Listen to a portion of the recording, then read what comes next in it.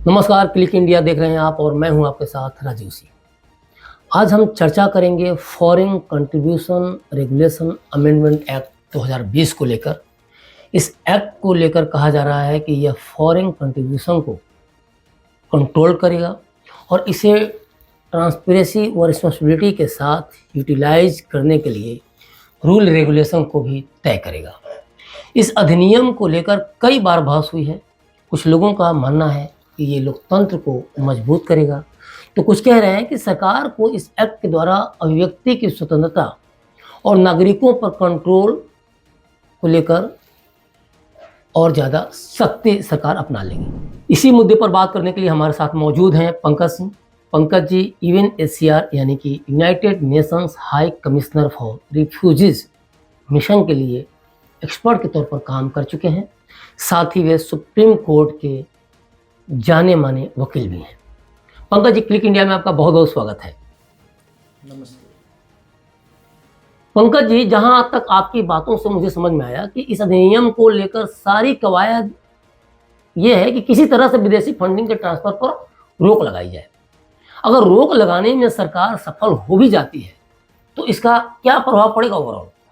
अब ये एनजीओस पे जो रिस्ट्रिक्शन लगा, क्यों ये वाजिब है और अमेंडमेंट क्यों वाजिब है, मैं आपको समझाना चाहूँगा। राजीव जी, आप ये बताइए कि ये 1976 में ये FCRA अमेंडमेंट लाया गया था इंदिरा जी की सरकार में। आज भारतीय जनता पार्टी की सरकार है और कांग्रेस और जितने भी विरोधी दल हैं इसका विरोध क्यों कर रहे हैं।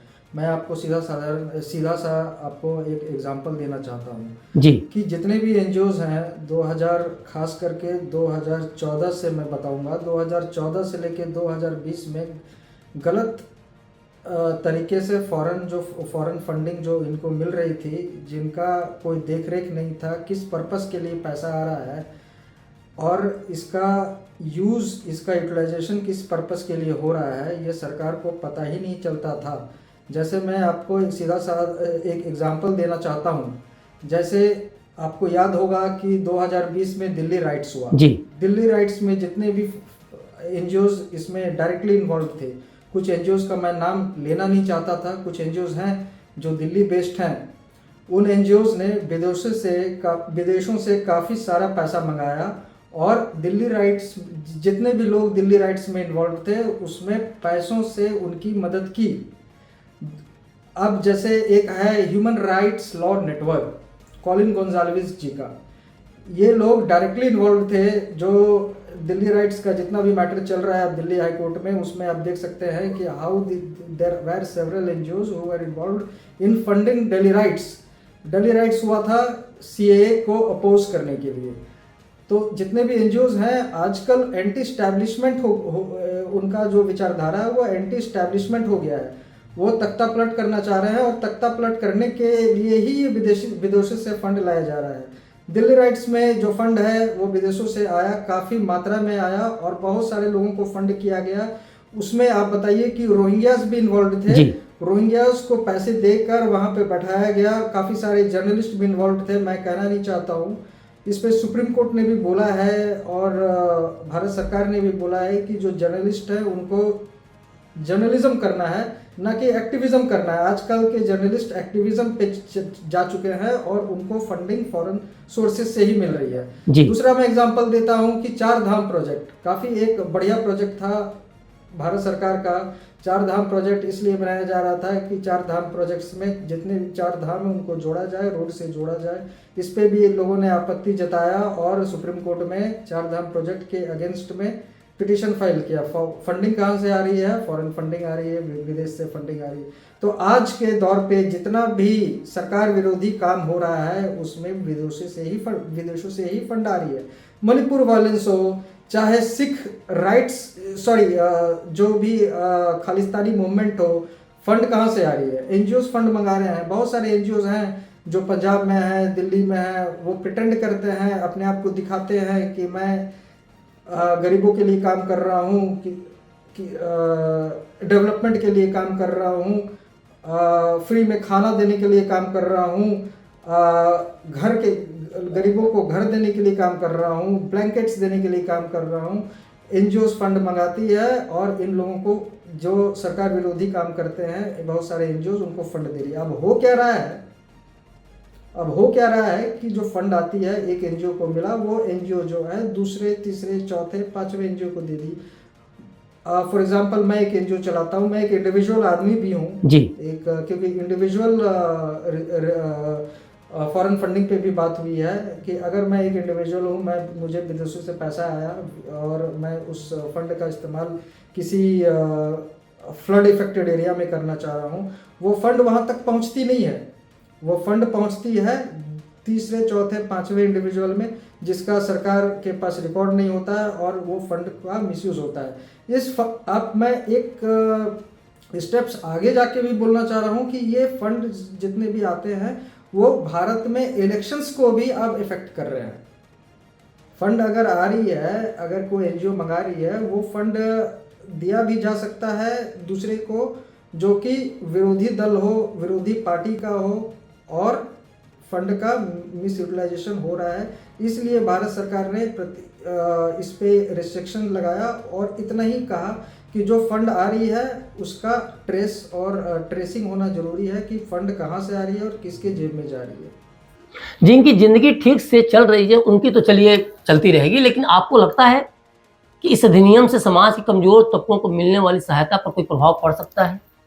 समाज में जो कमज़ोर तबके के लोग हैं उनको जो एनजीओ सहायता पहुंचाती थी उनमें कोई फ़र्क नहीं पड़ रहा है, ना ही पड़ेगा।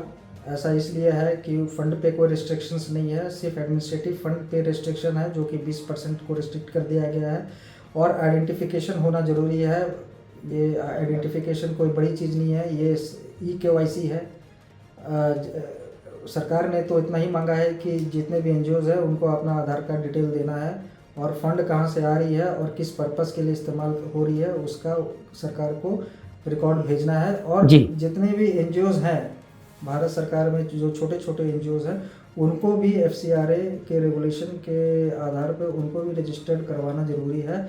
और जो भी फॉरेन फंड बड़े एनजीओज़ को आती है, वो अगर छोटे एनजीओज़ या किसी इंडिविजुअल या किसी एसोसिएशन या कोऑपरेटिव सोसाइटी को जाती है तो वो डायरेक्टली रिसीव नहीं कर सकती है, उनको भी FCRA में रजिस्ट्रेशन करवाना जरूरी है जी। दिल्ली के स्टेट बैंक ऑफ इंडिया का जो ब्रांच है वहाँ पे। इससे क्या होगा कि भारत सरकार ऑडिटिंग कर पाएगी, भारत सरकार एक फंड को ट्रेस कर पाएगी कि जो फंड किसी पर्पस के लिए आ रहा है उसी पर्पस के लिए इस्तेमाल हो रही है। जैसे कि एक UN ने फंड दिया किसी पर्टिकुलर एनजीओ भारत सरकार में कि ये फंड का इस्तेमाल फ्लड रिलेटेड एरिया में यूज़ किया जाए या राहत कार्य में यूज़ किया जाए। फॉर एग्जांपल जैसे मणिपुर में वायलेंस हुआ, बंगाल में पोस्ट पोल वायलेंस हुआ, वहाँ पे अगर किसी एनजीओ सहायता पहुँचाना चाहती है और विदेश से फंड आती है तो उसी पर्पस के लिए ही इस्तेमाल हो, ना कि किसी गैरकानूनी कार्य के लिए इस्तेमाल हो, ना कि सरकार विरोधी कार्यों के लिए इस्तेमाल हो। बड़ी जिम्मेदारी के साथ कह रहा हूँ कि इन फंड का जो इस्तेमाल होता है एनजीओज़ को जो मिलता है फंड या फिर इंडिविजुअल को मिलता है, for example journalist, so journalist should also use this fund for a particular purpose.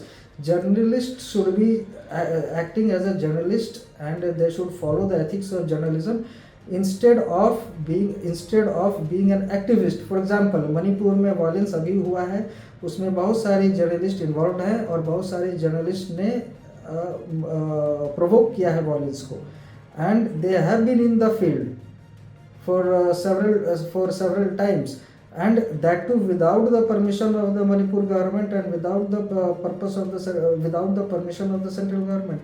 So who is funding these NGOs? और मणिपुर में जाके वो गलत नैरेटिव फैलाते हैं भारत सरकार के विरुद्ध।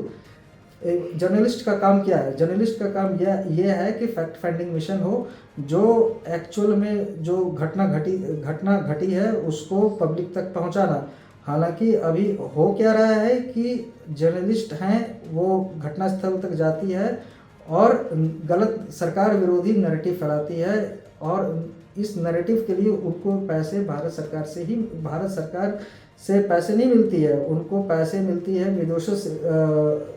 विदेशी फंड मिलती है।